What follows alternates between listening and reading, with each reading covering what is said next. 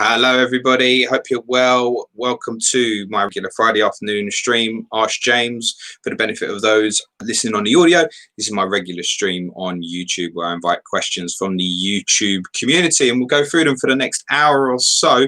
Before I start, let's give you an update on team news ahead of game week 2 for all the teams. So Everton, Mason Holgate is still out. Martin Braithwaite is likely to be out for around about a month. Alex Iwobi is in contention, but suggests that an Everton side will probably be unchanged for the visit of West Bromwich Albion to Goodison Park. Branislav Ivanovic is not ready. Higazi picked up a small hamstring strain in midweek, which is why he didn't play in the League Cup tie against Harrogate. So again, it'll be interesting to see if West Brom make any changes, if they stick with that 5-4-1 formation that they displayed against Leicester on Sunday. Liam Cooper could be back for Leeds United, which would be a big boast for them at centre-half. Marcelo Bielsa has confirmed that Rodrigo will not start. So for those who've got the price rise out of Patrick Bamford, you're going to start him. He's got a good fixture this weekend against the Fulham side we expect to struggle. Fulham have no new injury concerns heading into that match. You would anticipate that Alexander Mitrovic will come into the starting 11. Ole Gunnar Solskjaer has confirmed that Paul Pogba and Luke Shaw are both available. He's also said, and I quote, Mason Greenwood is part of the group, and Van der Beek we will likely see at some point, whether that be from starting position or off the bench remains to be seen. Palace are still without Cahill, Tompkins, Van Arnholt and Ferguson. Mamadou Sakho did play in the League Cup tie in midweek, so could well come in at centre-half where Cheikhou Kouyaté has been covering. No major news from Arsenal. David Luiz is back in full training though and in contention. For West Ham, Mark Noble is doubtful with a toe injury, who will be assessed over the next 24 hours or so. For Southampton, Stuart Armstrong could be available, having missed game week 1, but it's bad news on Nathan Redmond, who has slight ankle ligament damage, and he is out of game week 2. No news on Tottenham yet. Apparently there's something else happening at the training ground or something. I don't know. For Newcastle, Dummett, Longstaff, Shah and Dubravka remain out. Importantly for FPL managers, Alan St. Maximin has been passed fit. Brighton will make a late decision on both White and Lallana, who both went off injured during a defeat to Chelsea on Monday night. They are in contention and will be assessed ahead of that game at St James's Park on Sunday.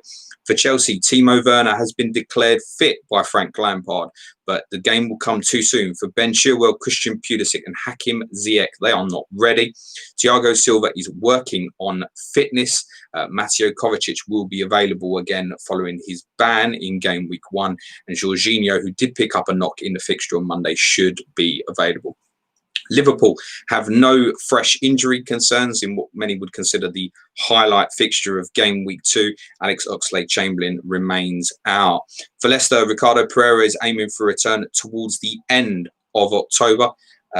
Morgan and Maddison have both been training this week and should be available. For Burnley, Johan Berg Goodmanson picked up what appears to be quite a serious injury in their penalty shootout victory over Sheffield United in the League Cup last night. James Tarkowski could be available. He also has a toe injury, seems to be going around at the moment. But Jack Cork, Ben Mee and Ashley Barnes will be unavailable. Does mean that obviously Burnley could potentially be without their first choice centre-halves for that fixture at the King Power on Sunday evening. For Aston Villa, Emiliano Martinez is set to make a debut in goal following his transfer from Arsenal. Dean Smith has declared that he knows that he's fit and available. Villa played a behind closed doors friendly against Arsenal, which he participated in before game week 1. And obviously Martinez played in the Community Shield as well. So no concerns from that perspective, expecting to go straight into the Villa team. Heaton, Engels and Wesley all remain out. No updates on Sheffield United as yet. We're not anticipating any fresh injury news concerning them. For Wolves, no news on injuries for them, interestingly, but a potential developing story to keep an eye on. Apparently, Diogo Jota did arrive at the stadium ahead of their League Cup defeat to Stoke last night and left quite quickly afterwards. There is no information on what the reason for that is at the moment, but certainly one to keep an eye on. And Manchester City, we finally have some news from Pep Guardiola. Sergio Aguero has not trained with the group as yet, despite the fact he has been trained on his own, I believe, for around about a month now.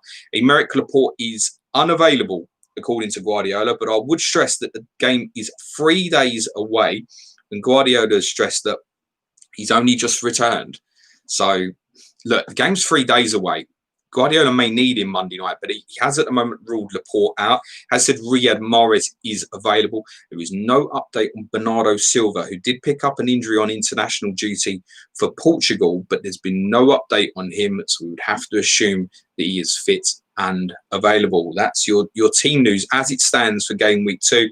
As ever, keep an eye on the written press this evening in case anything breaks from afternoon training sessions. And obviously, look, we've got 4 teams playing on Monday, another 8 teams playing on Sunday. Between now and those games kicking off, anybody can pick up an injury in training. Let's have a look in the YouTube chat then, see who's in asking questions. Nasu says, hi, James. Over the next 3 fixtures, who do you reckon will score the most points between Richarlison, Werner and Martial? Personally leaning towards Richarlison. Looked lively against Spurs. He did. I don't know how he didn't return against us, actually, in game week 1. I was very impressed with him. I do like him as a footballer. He's a good player, and he's got potential to go further. To answer the question, though, Nasu, I would say Martial, because if I didn't believe Martial, I wouldn't have bought Anthony Martial, basically. So Palace, Brighton and Tottenham in United's next 3. Probably on paper is not as nice as Everton's 3, but United capable of a little bit more explosiveness, I reckon. So I bought Anthony Martial, gone for the same transfer that most of you would have known. I kind of said that I would go through. Martial and Fernandes both in for me, for Mane and Antonio for the -4. That's done, confirmed, locked in. I'm set for game week 2. Nathan Champness, best Everton defence value pick. To be honest, I think if you're going to go into them, pay the extra for Lucas Digne. Is generally how I feel about it. I don't think the others, Michael Keane, Mina, have the threat of Holgate, who's injured. I think Holgate will come back into the team when he's available. And for Seamus Coleman, there is the threat of John Joe Kenny. So it wouldn't really interest me, to be honest. I think if I was going into Everton defensively, I would find a way to pay the extra for Lucas Digne. That in terms of the guys that are cheaper, none of them overly appeal to me, if I'm honest, at the moment. Jeff Holtz says, afternoon, James. Thank you and the guys for another great week of content. You're very welcome, Jeff. Hiphop07 Legendary says, if Bale does sign, fuck me, we made it to question 4. What would, in your opinion, be the best system and the 11 players you would want to be in the team? Okay. 4-3-3 for me. Loris Doherty needs to fucking improve, though, by the way. Alderweireld, Dyer, Reguilon, close between Højbjerg and Winks, probably Højbjerg. And Ndombele, Lo Celso, Bale right, Kane up front, Son left. There's a lot of talk of back 3s, back 5s. My opinion on it is that Jose Mourinho is not capable of coaching a team properly to play in a back 3 or back 5. So I wouldn't be comfortable with it, even though the personnel suggests that a 3-4-3 similar to Wolves could be great. Just don't think Mourinho works in anything other than a back 4, actually. To get to the 3 midfield players, Lo Celso was Tottenham's best player last night. Really good, really lively. Could well come into the team for the game at Southampton, actually, on Sunday. And Ndombele's up to Ndombele. Tanguy Ndombele has got to have the motivation to get himself fit. If he can get himself fit, he's a fucking baller. And then suddenly we've got creativity in the central pitch and greater attacking threat from the right-hand side with you-know-who. Basically, last night we played 4-3-3 defensively and 4-2-3-1 offensively. Son and Bergwijn played in the wide positions. They didn't defend at all when we lost the ball. It was intentional, wasn't lack of effort. It was planned. But it's judgment of a match against the team with respect from Bulgaria. It's very difficult to equate what the standard that is versus Premier League, English football, etc. So I don't know if we'll continue to see it, but it's the first time I've seen a solid ploy of Tottenham are going to lead 3 up front without the ball. And I like it. It reminds me what I saw yesterday, although the performance was not good, it's worth saying. That, off the ball, reminded me a little bit more of Mourinho's Chelsea from the mid-noughties and stuff. So, to be confirmed. But that's where I think it might be heading. Mikey Moles, hey James, you confident of Greenwood starting? 60%. I mean, Solskjaer said with the group. What does that mean? We don't really know. 60 to 70%, I'd probably say, Mikey. Colin Con, evening, James. I would love to get Foden, but I'm scared off after the Wolves City clash of the correspondence. Do you think anything in Pep's presser indicates Foden may start? Listen, pal, does anything in Pep's presser ever indicate anything to us? I really wouldn't probably read anything into Guardiola's comments. Even that he said Laporte's out. And I've just said to you, I wouldn't take that as gospel with the game 3 days ago. Away, sorry. And that's the same. He can say anything he wants now. A lot can happen over the weekend. So does Foden start? We said Mahrez is available. You think Sterling surely plays. Does Mahrez play? Does Foden play centrally? We've been over this. I think Foden should play centrally with De Bruyne and Rodri protecting. Sterling left, Mahrez right. It just sounds like such a better team to me, in my opinion. If we'd all be guessing, mate. Jeff Holt says, it's been too long since we had Spurs trivia. So, oh my God. In 2007-2008, Spurs played out 2-4-4 draws against whom? Bonus point for each Spurs goal scorer. Fucking hell, that sounds quite easy. Aston Villa, 4-1 down with 10 minutes to go in 2007. Drew 4-4. Berbatov got the opener. Chimbonda, Robbie Keane penalty. Yunus Kabul equalised in about the 96th minute or something. We played in the white and blue half and half kit, was celebrating our 125th anniversary. The following year, we drew 4-4 with Chelsea a couple of weeks after beating them in the League Cup final. Jonathan Woodgate scored, Berbatov, Huddleston and Robbie Keane equalised that night in injury time as well. Ice Hollow, I have Kane in my team. Would you consider to sell or keep? Plan is to wildcard game week 4. Remember, you're still, even with what's happening a mile and a half away from me, where there's a global superstar about to put pen to paper, you're still going to get negative bias from me at the moment on Tottenham assets, genuinely.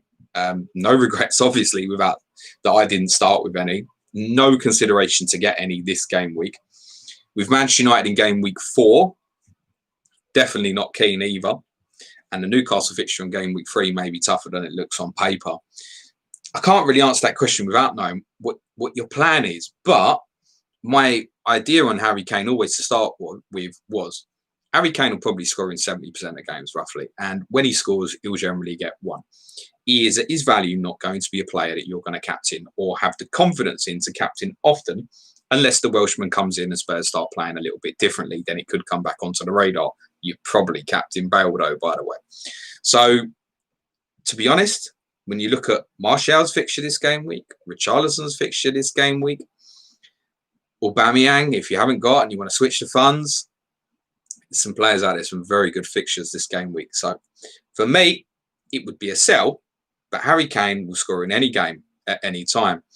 Rob Pick says, hi, James. Feelings on FPL prices for Bale and Thiago, and also what are your thoughts on Thiago's Sky asset at 8.5? Just very briefly on the Sky asset, Rob. Obviously, we don't need to worry about it because it's not something we're going to bring into after the overhaul following game week 4. So hopefully we'll get some sighters between now and then of what he's capable of from a passing tier perspective. Don't expect too many attacking returns. Don't expect Liverpool particularly to change shape. It doesn't overly appeal from the start. He is, those who listen to me regularly though, know that I'm a huge fan of his. He is an exceptional footballer. And I think he'll prove so in this league. I think he'll stand out even better in our league. He will look like a Don, in my opinion. In terms of FPL prices, I said to someone yesterday that I potentially wouldn't even consider Thiago if he was 5 million. I don't think it matters. For Bale, I think 10. I think the fact that no one's priced at 10 is a balance act, right? So you've got one side of people like, the injury record, he's 31 now. He's only just turned 31, by the way. Can he still do it? Then you've got the flip of it that knows that if he can get to 80% of 2012-13 at 10 million, you steam into him. He's probably where it's at. So I think probably at 10, and it would be a consideration, but not from the start. I think you've got to see it. You know, you guys will know that's generally how I feel about things. I want to see how things play out first. Certainly for Spurs, I'd want to see things that change my perception of that football team at the moment. He's potentially about to change it. I think 10 for Bale. Pella Spencer 343 for Spurs. Question, yeah, as I'd mentioned that. Benny Blank this afternoon, James. What team do you think are best to target over the next 5 to 6 fixtures out of Everton or Manchester United? Well, again, to repeat what I said earlier, and one as I've already bought Fernandes and Anthony Martial, that's where my target is.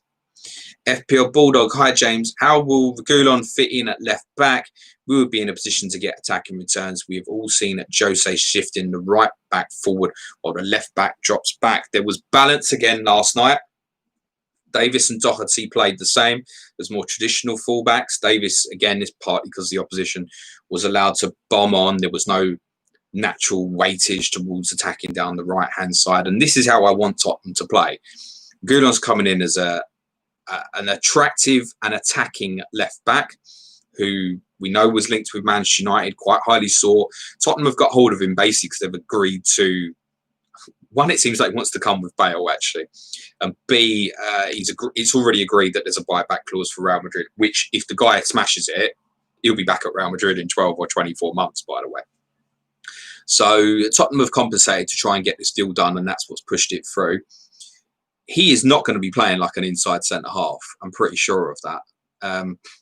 Have I seen enough of him? No, because it's difficult to find clips of him that isn't actually of him attacking. It suggests he's not going to play as an inside centre-half.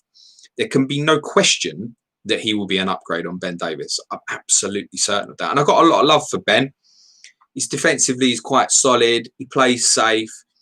He's someone who's grown a lot from a very average footballer when we bought him. But look, if we're trying to be something, it's not going to happen with Ben Davis at left back, unfortunately. And this is where I think the 4-3-3 idea comes back in. That greater stability in the central midfield areas to allow both fullbacks to go. The timing has to be right. I think what you'll get a lot with Tottenham is if it's going to be Doherty and Reguilon, or to be honest, even if it was Aurier, it wouldn't matter. I don't think you're going to get like what you've seen with, say, Baines and Coleman over the years, where they both just go. Even if you think about Liverpool a lot, it's like it's laughable seeing comments last week. People go, "Oh my God, Robertson was higher than Trent." No shit. It's like that every week. They're completely different fullbacks. Robertson essentially has no filter in the way he attacks. Trent does. Trent doesn't really get to the byline often, and unless it's through progressive passing, he's not going to take on a man and just try and burn them for pace. He doesn't do that. I think what you get with Reguilon Doherty is, depending on where the ball is and which side of the pitch, one will progress forward, the other one will hold position quite a lot. That's what I expect, and that should protect on the counter-attack a little bit better. But it's exciting. The Reguilon transfers, like, it's because of Bale, it's almost not being talked about, and it's a big deal. Go back to things I said sort of 3-4 months ago. Priorities for Tottenham: fullback, central midfield. Now, I'm not impressed with what I've seen from Højbjerg so far, but that may well progress. The fullback areas, we knew the priority had to be getting a replacement for Aurier. I did not expect a left back. There'd been nearly no rumours of it. So to get this deal done as well is brilliant. Gives us brilliant balance in the team, makes us offensively more attractive. It is, without question, going to take time for these guys to integrate into the team. That includes Doherty, and from what I've seen so far, from Højbjerg as well.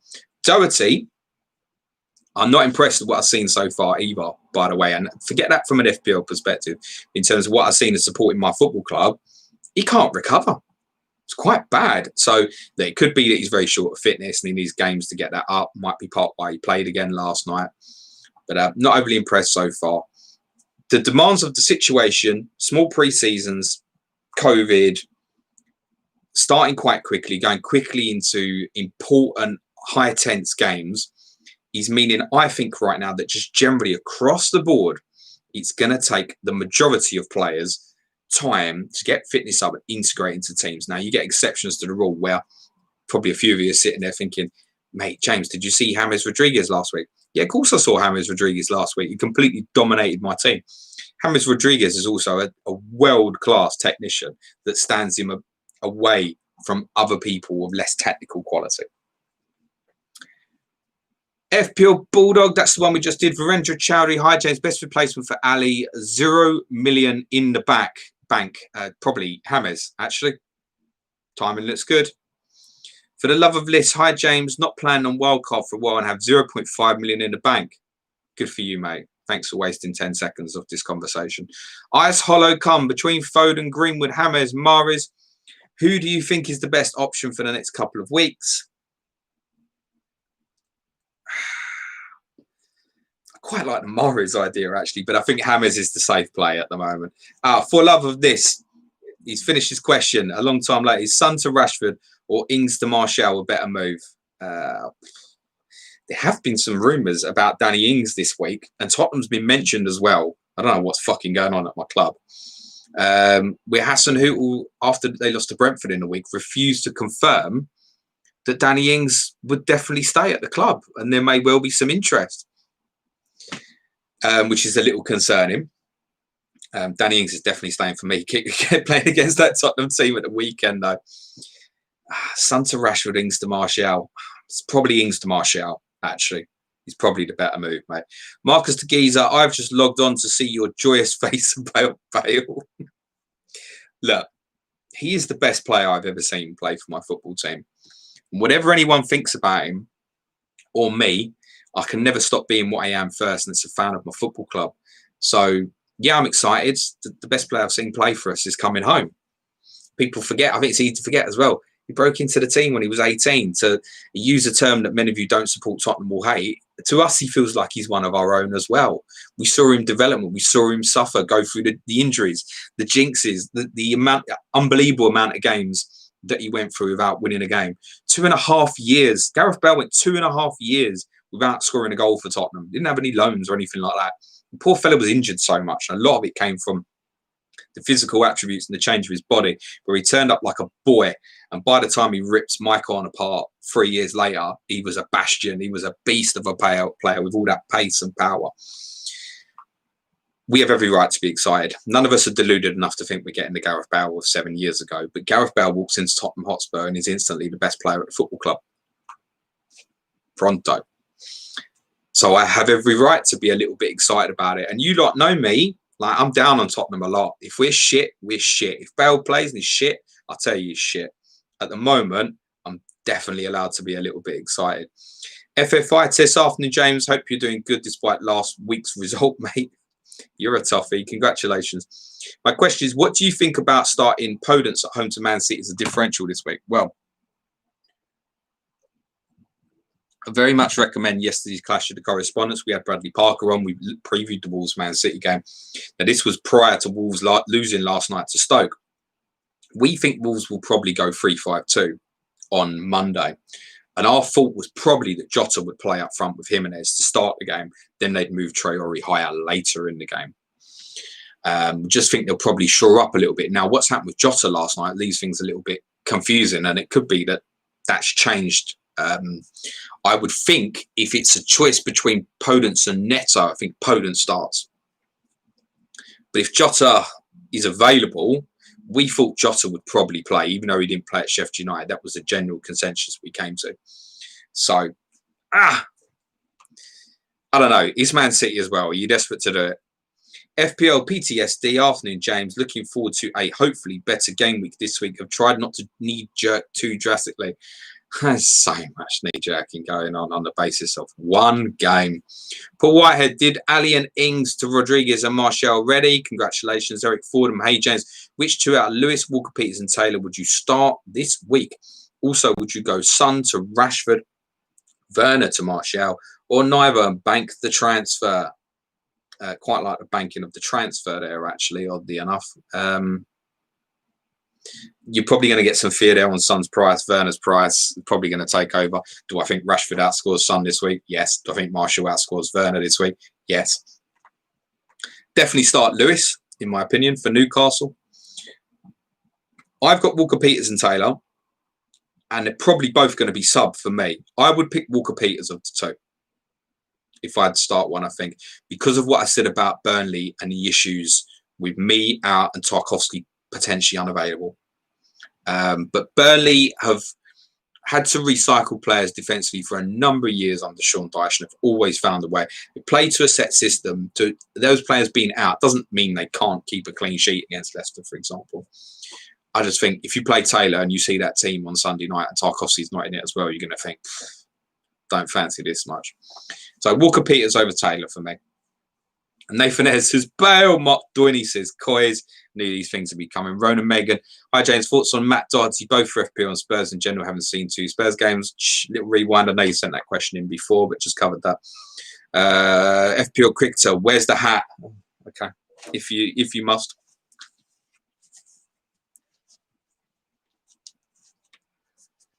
That better. I thought, you know what, today I'm not going to put it in people's faces that I'm a Spurs fan. Ice Follow Come. Do you think Richarlison is worth the extra 1 million over DCL? We discussed this on one of the pods, I think on Tuesday's main pod, actually. And we discussed it with Richarlison would probably outscore Calvert-Lewin over the season, but it would probably be very, very close. I think at the moment I'd be tempted to save the money, I think, with that. Liam H, not a question, but I've already transferred out Salah to Bruno. God help me. Nah, you're cool, Liam. Virendra says, first of all, congratulations on getting Regulon and Bale. You can congratulate me when I see them holding the shirt. Do you think that these signings will have an impact on how Spurs will play? Covered that. Zaris, Walker Peters or Taylor for third defender, just covered that. Greetings from Greece. Hello. FP Ronaldo 9. Best 4.5 million goalkeeper for you, James. Thinking Meslier. I still think Matt Ryan. Genuinely. I bought Matt Ryan for 16 game weeks. And they've got a tough start, right? Chelsea just gone, Manchester United in game week 3 as well. Then it kind of eases for quite a period. So it depends. You're looking for long term, short term. Why are we asking about a 4.5 million goalkeeper coming into game week 2? The boy has just gone to Villa. Martinez could be a great shout, actually. I'd probably, if I was starting again, I might have gone that way, actually. Quite possibly. Gone with Martinez and say Nyland, for example. So I think it's one you shouldn't force it in this week. And obviously, they've got Fulham in game week 2. But those who've got Nyland and perhaps add him in as the cover and are now thinking sitting there, it's doing nothing, you might want to consider Martinez. But goalkeeper for game week 2 really should not be a priority transfer, in my opinion. Matt Halliday, hi James, do you see Spurs on 4-3-3? Yeah, that's potentially covered, Matthew. Joe, yeah, the hat's on. J23, hey James, hope you're good. My question is, you had to start one Cole Walker Peters or Dyer, who would you pick? Probably Cole Walker Peters of the 2. Although, if you'd said to me on Tuesday, I'd have said Southampton beat us. Genuinely no problem. Then they had the strange result against Brentford, who are possibly the best team in the Championship. Time to tell this season, but could well prove to be so. And they played a strong team, Saints. It's a little concerning. And this Redmond injury news, I mean, if they go into the weekend now without Redmond and Armstrong, suddenly I look at it and think, midfield ain't quite the same, is it? So I fancy us to get something now, actually. It's amazing how I cut the transfers can change your mood. I said this on the 20th Correspondent Week podcast with Gemma and Harrison about, you could tell the guys who'd had a signing recently and who hadn't. And it just lifts you psychologically. It will lift everybody at the football club.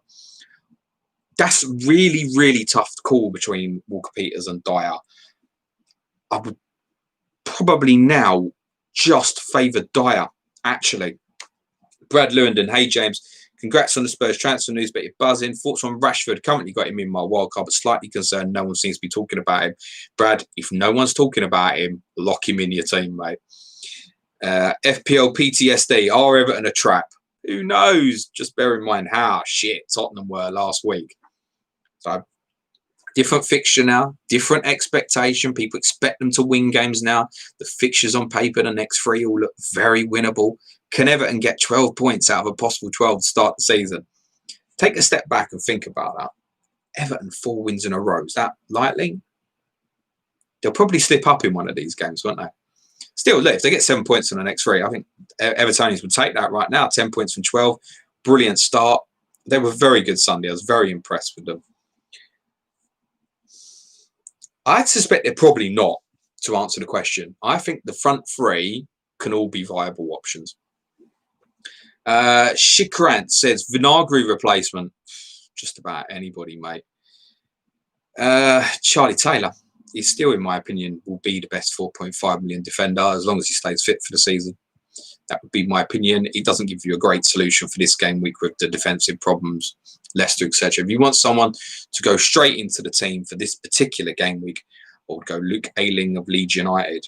Cole JB, afternoon, James, afternoon all. Hope you're well. Alan says, good morning, sir. Is Ollie Watkins worth a 2-week punt? Aston Villa's pretty good fixtures. If you think so, Anand, then yes, of course he is. Shikran, is it scary to go without Man United players for game week 2? I wouldn't know, mate, because I've got 2 of them. Marcus de Giza, more toe injuries than Championship manager. I knew someone was going to put that in there. Neil Thompson, afternoon, James. You still going ahead with your plan to take a hit this week, Fernandez and Marshall? Yep, that's done. It's done. It's already happened. But he had away. James, do you think prices have been frozen for teams that didn't play in game week 1? If so, what effect would this have for game week 3? Will KDB rise rapidly to 11.7? I don't think it'll have any effect on what happens to KDB in the next game week. None at all. Have they been frozen? Don't know. Do I think that FPL, as some claims, should have told people that they've been frozen? No. It's a game. It's part of the game. We've never had exact science. We've had good predictor tools like FPL Statistics, Fantasy Football Fix, but we've never known the exact science. It's never 100% accurate, is it? So, I mean, people moan about it. I don't get it. It's probably frustration of people on wildcards who are expecting to increase quite a bit of value this week, and it's just not happening. So I don't know, and if I'm honest, Billy, I don't care. But whatever happens this week, if the prices are frozen, it has no effect on how quickly KDB goes up next week necessarily, because the only thing that will impact KDB then is the transfers from once the game week starts. And in KDB's case, you might even find that his price is locked all the way up till Monday night, and therefore there's no chance of his price going up before Tuesday, if that is the case. And I don't know if it is, and I also don't particularly care. Jeff O, in the Sky game, as long as you have all captains with quality cover, is it generally a good or poor strategy to exceed the usual 3 FPL max per team? And what is the highest amount of players from 1? If you get a circumstance where Liverpool had like 3 games and everybody else had none during that January period last year, you get as many in as you can. At the moment, Jeff, give yourself good coverage, take your time, don't rush anything. Patience, very important in Sky up until the overhaul. But if you have made mistakes and have players in there that you know are not coming to play this weekend, Pulisic, I don't know, Nathan Redmond, another, for example, take them out now for someone who's playing this game week. My mum's in the chat. She says, I'm too funny. Are you over the moon like the old one, or cautious but happy like me? Hi, Mum. My dad's going to be a fucking nightmare at the moment. Genuinely, he's going to be flying off the clouds. My dad's got no filter. We're either the best team in the world or the worst. There's no, oh, that was all right today. Like it's just no middle ground. We're either the best or the worst. So my dad probably thinks we've got a chance of winning the league now. That's just how he is. I'm like you, Mum. I'm very pleased, but I'm also a realist. So we will see. But yeah, I'm very pleased. Thanks. FPL telling Josh, afternoon, James. What's your thoughts on Everton versus United assets for game week 2? Which team's your priority? United has said. Jeff, old team you have had excluding last year's final game week. Don't know what that means, Jeff. Alex Turner, afternoon all. Cheers for the team news, James. No problems, Alex. For these streams, guys, that's why I've been doing them a bit later. So I could just, particularly for the audio listeners, if I'm very honest, so they can get on the audio on their way home and they've got something in the first 5-10 minutes, bang, gives them all the team news. Gary Shepherd says, Bale Davis. The answer is Regulon, mate. Ash, hi, James. Is Ali done at Spurs or is there a way back? Fucking hell. So the rumour we've heard, and it's just a rumour, the rumour we've heard is that Dele Alli wasn't even in the team for the Everton game. Stephen Bergwijn felt unwell and they changed the team an hour and a half, 2 hours before kickoff, and Dele Alli started. Dele Alli had a good pre-season, played very well in the shadow striker position, playing very high, it was close to Son because Kane wasn't available, but just think of Son as Kane there. So it was a surprise.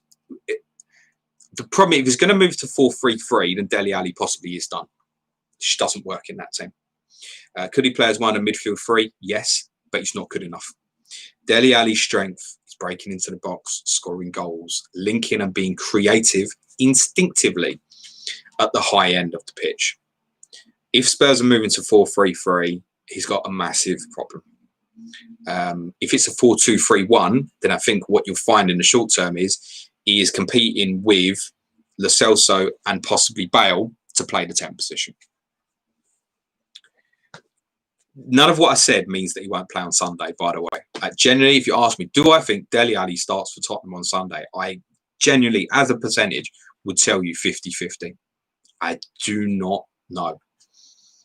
Jason Lundy, anything you would change for I'm not doing wildcard drafts, Jason. It's not good for the audio, but I wish you very well, mate. Simon Smith, Southampton, a worry for you. Salah and Ings to Sterling, KDB and Martial for a -4. I'm not in a rush to get City players. I'd highly recommend listening to Clash of the Correspondents yesterday and listening to what Johnny Pringle says. It's concerning about City and how underprepared they might be, to the extent that I'm tipping Wolves to beat them on Monday night. Thomas McStay, Bale price prediction, which I've done. And what do you think would be a fair price? How much would you pay for him? Which I've done. Thank you for the question, though, Thomas. Would you consider to bring in Martial, DCL for Kane, Che, after that's Che Adams, for a hit? Yeah, I probably would, actually. Christian Taylor, I've got Salah, Werner, Reece James and TAA worth transferring one out for their game against each other. Nah, don't worry about it. They all look good assets at the moment. Unless your strategy was already like mine would have been to remove Salah this week, for example. If you want all 4 of them assets next game week, Christian, just keep them and ride with it, right? You finished 5-3 the last time we played each other. You can fucking all get attacking returns. Hassan White, I don't think Mahrez would be fully fit to play 90. That's most likely correct. Aaron O'Toole, for Sky, is it best to just take Ben White out? Chance he plays, but best replacements within his price region all play on Saturday, so will not be able to wait until the Sunday. So the only one there, Aaron, really is probably to go to Dallas of Leeds. I think 0.1 more in the Sky format. But my answer to that is probably no. He's close and he could be fit. And if he's fit, it's a waste a little bit, unfortunately. So the ones where it's known that they're not going to play, I think, move on. Like I said, Pulisic, Redmond, that kind of thing, move them on. Otherwise, and the thing is that his value, that transfer is kind of a little bit more important. What are you truly expecting in return in Sky from an Ayling? I probably wouldn't do it, Aaron. I'd probably keep, actually. FPL Glasto, hi all, can't stay, but we'll listen back. I've not asked thoughts on Bale and Thiago's FPS, it's cheer all. Covered. Joe Finney better. I think he's done you there, James. Ice Hollow, come. Ronan Megan. Hi, James. Do you think the Ings to Spurs rumours could become a reality? How would that affect his FPL prospects? I don't think he'd start. This is the reality. I think he'd be an impact substitute. And that's ridiculous. Danny Ings should be playing football somewhere. Unless we were to go to 4-4-2. You genuinely see Mourinho playing with Reguilon and Doherty as fullbacks, Son and Bale as wingers, and Ings and Kane up front. That Mourinho, just stop and think about it. No, I don't think there's anything in that. But Spurs did have an interest, it's well known, in Danny Ings before he went to Liverpool. So I don't see it. So Mourinho wants a forward. Danny Ings coming as backup to Kane. I can't see it. But anyway, when you read out Ice Hollow Come, I thought you said I swallow cum. Listen, we've got children perhaps watching this afternoon, kids. Matthew Derbyshire, got Antonio, price drop due, no money left as want to use elsewhere. Any other 6.5 million striker recommendations? Got DCL and Wood as other two. Wood would have been it, Matt. I would keep Antonio. I don't think you need to force that out this week. You might get a different West Ham tomorrow, you know, genuinely. I think Lanzini plays tomorrow. Apparently he played quite well in the way. He wants rid of him. But, I mean, the assist for the third goal was beautiful. Looked like him at his best again. I think he comes in. I think Souček probably plays a bit deeper, which, again, it doesn't matter from an FPL perspective. I think Lanzini joins in and make that a free. They'll swap. Perhaps in possession, Lanzini will come deeper. Souček will go beyond. And they might be a bit better for it, oddly enough. I should completely disagree with that, but I think they'll be better for it. And also, in a game like this, they can go direct quicker to Antonio and isolate. Now, because Arsenal play three at the back, that may be quite difficult. But Antonio notoriously can return in these big games. So my opinion on Antonio was always going to be, I had him in for game week 1. But if I had a problem elsewhere that meant I couldn't move it on, and I had it planned in my mind I was going to transfer him to Martial this game week, then I wouldn't be too bothered about keeping him, actually.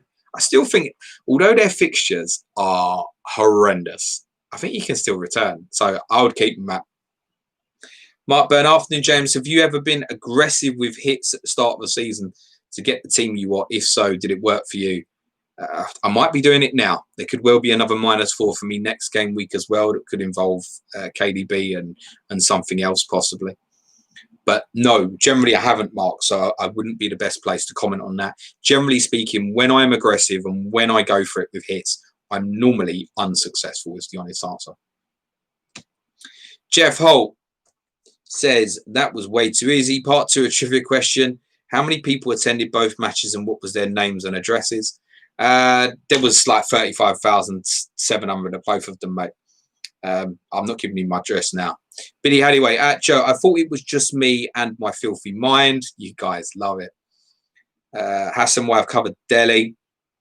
Jeff Holt says, if you were given the choice of any piece of football memorabilia to own, what would you choose? I will act my age and take Kevin Keegan's classical LFC shirt from the 1974 Cup final.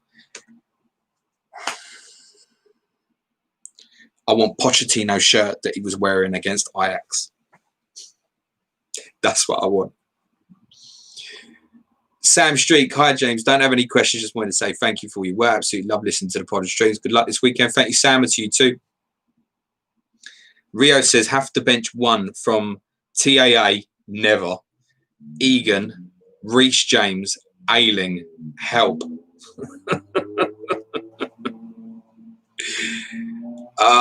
Do you know what? You'll feel better about your life if you leave Egan out, I think. Get them 3 attacking fullbacks playing. Andrew Tavi says, I'd bench James or Egan. FFI says, big La Liga fan here. Reguilon is a great signing, massively attacking left-back who slot into a Sevilla team full of brand new players last season. He's from Madrid and will surely go back there. So I think we know that, that Reguilon could well go back next year with Bale, right? He could go back in 2 years. The buyback clause, we're told is about 45 million euros, and we think Tottenham are getting for about 30. So you could almost look at Reguilon as a bit of a loan as well, potentially. So it wouldn't be surprised. If he does really well, they'll take him back, wouldn't they? We know that. FPO Andy, hi James. No question for once today, mate. Just excited for a certain global superstar coming home. Take it you are too. I am. Nosbit. Knowing Jose will see him at left back. That'll be Bale. Mohamed Badruddin, what do you think of Son to Bruno and Havertz to James? Oh, James, obviously. Got to be careful with that. I'm fitting Reece James. Yeah, don't mind that as moves, to be honest, Mohamed. Don't mind that at all. Son and Havertz. Havertz is a much better player than we saw on Monday night. I was very critical of him, but I was critical of him because I know how good he is. I didn't like him off the right. Son, anytime, mate. Southampton are a side that can play open. Son could well get some returns this game week. I would probably not force that, but I also don't mind it. Liam H, what do you read into Delhi not being in the squad? Did a bit of coverage on that. Andrew Tabby, I miss Van der Vaart. He's a bit overweight now, mate, but he was a great player. Walter Ogby, Son for Rashford, what do you think? Just spoken about that. Ali Ship, so excited for Bale, come you Spurs. I am. Would you agree with me that the problems at Spurs are not Mourinho, Pochettino related, a more quality of squad issue? Everton midfield 7, Spurs 7, in my opinion. Front three quality is negligible if no ball control service. I've spoken about this in terms of creativity with Tottenham is now the biggest problem of all. I think within the squad, if you can get, I said this right at the start of the stream, if you can get the turn out of Ndombele, get the Celso playing like he played yesterday, and I realise it's not high quality opposition, but the Celso was probably our best period before lockdown, I would say, probably between January and March. And Bale obviously offers that creativity in an odd way, in similar ways to James. I spoke about this on the pod on Tuesday about James coming from the right and having that eye for it and to be able to see the picture and the creativity. When you think of Bale, people just think pace, power. He's evolved quite a bit as a footballer. He can be creative in that area as well. He's good enough to pick a pass, don't doubt that. So hopefully it fixed some of the creativity issues as well. It's up to Ndombele. He's got to do it for him now. It's the one thing I really agree with Mourinho on. Ndombele has to drive Ndombele now. he's a scary talent, but he needs to fulfill it. He needs to run with his arms out for a start. Not like he runs like his arms are tied behind his back. Come on, man, get with it. He's so good when he's on the ball. Ritwick 1998, Havertz and St. Maximin out for Maddison and Grealish for a -8. I don't like that, to be honest, mate. Sean Laforne, hi James, thoughts on Aguero? So he's not going to be available for Monday, mate. Alex M. Howell's son, Pulisic or Rashford. Pulisic's also going to be unavailable. Has to be Rashford. Yes, Mum, the hat does seem to become my trademark, apparently. Adam Gearing, 1 week switch. Werner out, back in on wildcard game week 3 for DCL or Martial. Just keep him, mate. Just keep him. FPL Renard 9, haha, James, thanks. I've decided to wildcard. I know, hence the goalkeeper question. Okay, fair enough. Ryan or Martinez for me. Make your call from that. Ruben Southard, play Luke Ayling or John Egan. Ayling for me. Mark Dorney, wanting a differential moving forward. Sterling over KDB or Rashford over Bruno. Rashford over Bruno, I think. If the fixtures have been different, I might have gone for Sterling myself. I just think the fixtures make me believe that De Bruyne will play quite high in the games coming up, particularly the next 4 where they've got, it's Arsenal in game week 5, isn't it? Leeds in 4, Leicester in 3. And Wolves, obviously, in game week 2. I think he plays high. Whereas the one where Sterling really outscored him was the Brighton game when De Bruyne ended up playing deep. So a lot of it comes down to, it's part, in my opinion, City's thinking of less attacking players in front, more attacking I want De Bruyne to do because he's got everything. The pace, the power, everything. Whereas when you're playing against a deeper defence, I think Guardiola wants De Bruyne to have more targets in his range of passing. Whereas against the likes of Leicester in game week 3, for example, City are more likely to be able to manoeuvre good counter-attacking opportunities, for example. And that's what I think it boils down to. And therefore, these fixtures for me favour De Bruyne. Game week 2 in itself, quite close, but 3 afterwards, for me, De Bruyne. And I think... Look, Sterling could outscore De Bruyne, of course he could, and Rashford could outscore Fernandes, no doubt about it. Of the 2, if I had to make a sacrifice there this game week, I would go Rashford, I think, rather than Sterling. Mohammed is asking everyone to hit the like. That would be nice, much appreciated. J23, cheers, James, with a flip of the coin for me. Best of luck. And to you, Mr. Tools, with Burnley being thin in the midfield, any chance of Peters playing there again? Possibly. We've done a bit of investigating on this, so Burnley guys I know think it's probably more likely that Robbie Brady comes into the team. You have to remember when Peters played that position during the restart period, both Brady and Goodmanson were working their way back from injury. I also think that Burnley will buy. I do think they'll buy someone. It might be that they're waiting for the Tarkowski money before they do that. If Tarkowski is to move to West Ham or somewhere else, it's possible. I also think Brownhill could play on the right once Jack Cork's fit. The guys seem to think Brady on the right. Could Peters play there? Yes, of course he could. We've already seen it. The suggestion is, though, unlikely. I am saying Liverpool journalists have just tweeted about interest in Jota. Okay, be one to follow, possibly. Sadiq Nair, Havertz to Grealish for a -4 here. What's the Grealish love for? He could be a really good option, especially after the sign of Ollie Watkins. No, I'd need to see different in Villa to be considering their attacking assets, personally. I know what Watkins is capable, extremely good for Brentford last year. The first thing I'd ask back at you, Sadiq, is where's Grealish going to play? He'll play on the left, going to play centre. What system Villa going to play? I'd want to know all these things before I bought. And Sheffield United on Monday. Is Sheffield United on Monday night? No, it's Fulham this week, isn't it? It's Sheffield United a few weeks after, haven't they? Who have Villa got this weekend? I'm going to fucking... Yeah, it's Sheffield United this week. It's Fulham in a couple of weeks, isn't it? So steaming into Grealish for Sheffield United. I don't see that. Quite a few of you mention it. If you feel it, go for it. But I don't see that myself. Mohammed says, what do you think of... I've done that one. Nehel, what do you think about Grealish potential? Callum Stokes, good afternoon. Karen Yadif, would you consider bringing in Bruno for Mane? It's done, mate. Simon Smith, Poch and Bergwijn or Mourinho and Bale? What a great question. You've won the stream, Simon. Oh, my God.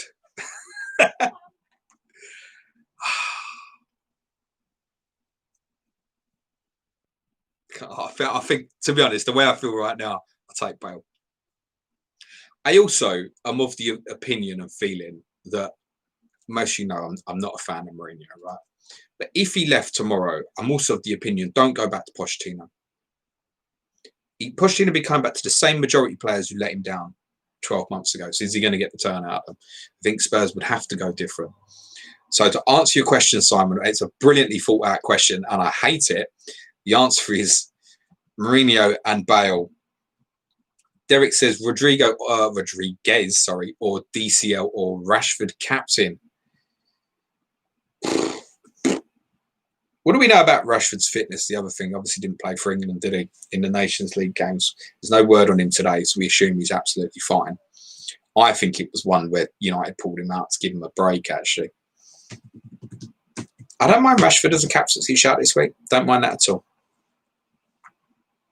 Nistel says, who should I put in goal on my wild card? I'm going to mention the two I mentioned before, Ryan and Martinez.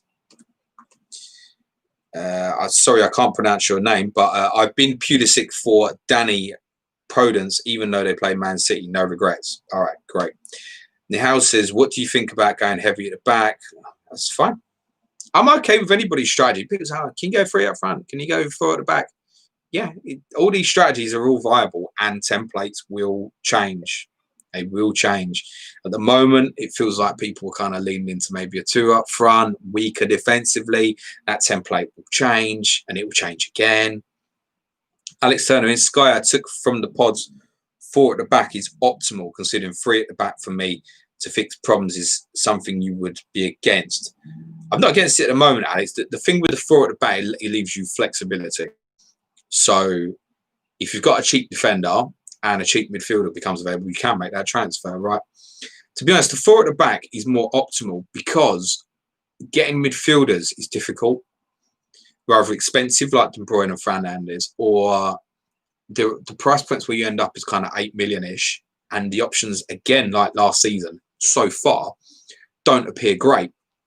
So most people end up limiting it because it's in that format, it's the strikers and the defenders that tend to stand out as the best options from a value perspective, not the midfielders. And so that's why it's not so much about the 4 at the back. It's more the case of only going 3 in midfield. Jeff Holt saying Aguero just red flagged on FPL knee injury unknown return date. I think we could have expected that. Antonio Gitto, hi James, would you ditch Kane despite the Bell news, considering Kane and Pereira out for Marshall and James Rodriguez? I think it's okay to ditch, but Harry, any time, any place to repeat. Tom Bolton, in light of FPL statistics seeming to confirm that players on clubs who didn't play in game week 1 being price lost, what are the pros and cons as you see of FPL being more transparent on price change rules? I'll be honest, Tom, I covered this towards the start of the stream. I'm not bothered about it. I've bought Fernandes thinking he's going to go up in price, and he hasn't. Same for Martial. That's it. Haven't gone up. Deal with it. It's part of the game. It's never been 100% accurate. It's never been 100% accurate. Statistics fix, do great work. They give us a great idea of what's going to happen, but it's never locked in as 100% certain. It never has been. Should FPL come out and make people aware of what's happening, their price will be locked and stuff like that? No, I don't think so. It's also an unusual case in the fact you've got blankers in game week 1, which has never happened before. So when you've had blankers further into the season, the guys already know from their algorithms what's happened when players have come back from, say, red flags, for example. So this was a rare case where they had to understand how the model was going to work, and it's worked differently. So no, no major thoughts on that, Tom. But to be honest, FPL could be transparent about it, and generally speaking, there's only 10,000 people give a shit, and that's 10,000 or so on Twitter who are hardcore into the game. Nobody else is going to take a blind bit of notice to it. Moomsy, should I give Havertz another week versus Liverpool or go to James for a hit? Why did you buy him in the first place? That's the first thing I'd ask back. Jamie Lamin, selection dilemma. Charlie Taylor away to Leicester or Souček Arsenal away. Thinking Taylor, what's your preference? I wouldn't expect anything from either, is the first thing to say. So I don't think it particularly matter. I would probably, in that case, have a slight, and I mean very, very slight favouritism to Souček. because of the threat from a set piece.